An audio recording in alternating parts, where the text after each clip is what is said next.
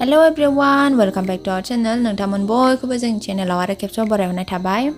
जोङो दिनै थांनो नागिरदों मुभि नायनो मुभि डेटआव नै मिजिङाबो फैबाय निहिर आं आरो आंनि हासबेन्ड ओमफ्राय जोंना क'क्राझार टाउनावनो सिनेमा हल दंखायो नालाय स' बेयावनो थांनानै जोंना एसे ओमफ्राय टाइमाबो जाथ'वाखैमोन नालाय 6:45 निफ्रायसोमोन स' जोङो एसे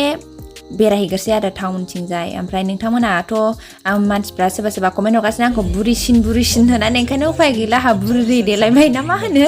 माथो होनबावनो उफायबो गैया हाबा जाखांनानै आरो गरमाव देलायनोबो बायो ना मानसिफ्रा होनदों गराय फाख्रिया बिराद मोजां होननानै स्ट'रिया ओमफ्राय आंबो बिराद नायनो एक्साइटमेन्ट खामोन आरो जोंना नै मिजिङाबो हेलेनानि बिराद फेन नामानो ओंखायनो नायनो थांथारसै जोंहा ज'नो बेनिफ्राय जोङो नै थांबाय नोंथांमोना नायलांबानो जाबाय।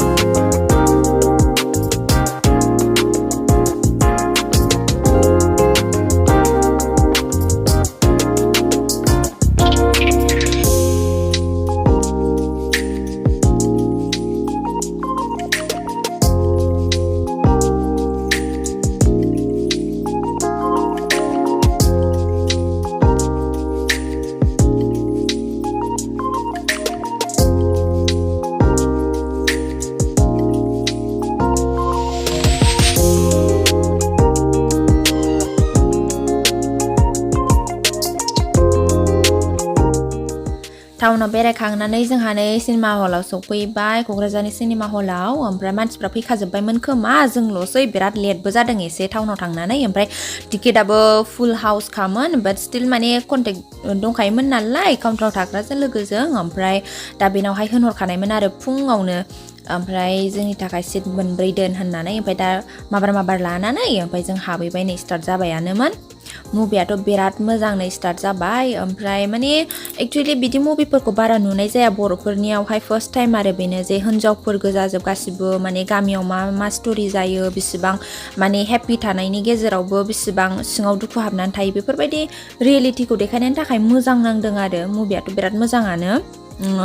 फार्स्टनिफ्राय जोबजासिम मोजांखौनो मोन्दों अभारअल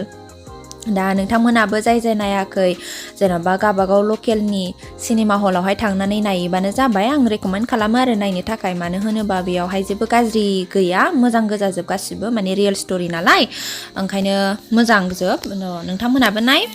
आरो बेयाव रियेल स्ट'रिजों लोगोसे जेन्डार इकुवेलिटिखौबो देखायदों आरो जेन'बा हिनजावफोरखौल' मानो हौवाफोरखौबो लाफानांगौ सोब जिनिसावनो दायावबाबो जेन'बा नेम निथियावनो होन गासिखौबो समान बेफोरखौ देखायनायनि थाखाय जोबोद मोजां मोन्दों आरो ओमफ्राय जोंनियावथ' नै क'क्राझाराव फुल हाउस जोबमोन गासिबो नोंथांमोननि जायगायावहाय माबायदि नायदों बेसेबां नायदों अननानै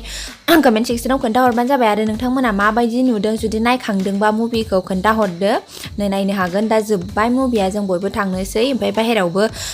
एसे अखा हादोंमोन नालाय थाब ओंखारबाय जोंबो नै थांनो आरो बिराद मोना 8:30 जाबायमोन खोमा जोबनाय टाइमा एसे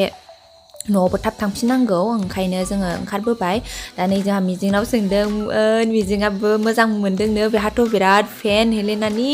दहायबो सिगाङाव होनखांखाबाय आङो खालि बिनिल' खोथा रायलायबाय थायो बियो बिराद मोजां मोनो बिनि मुभिखौबाथाय होनना बुंबाय थायो बे दा जोंनि भिडिअखौ जोबजासिम नायनायनि थाखाय थेंक इउ स' माच लाभ इउ अल गुड नाइट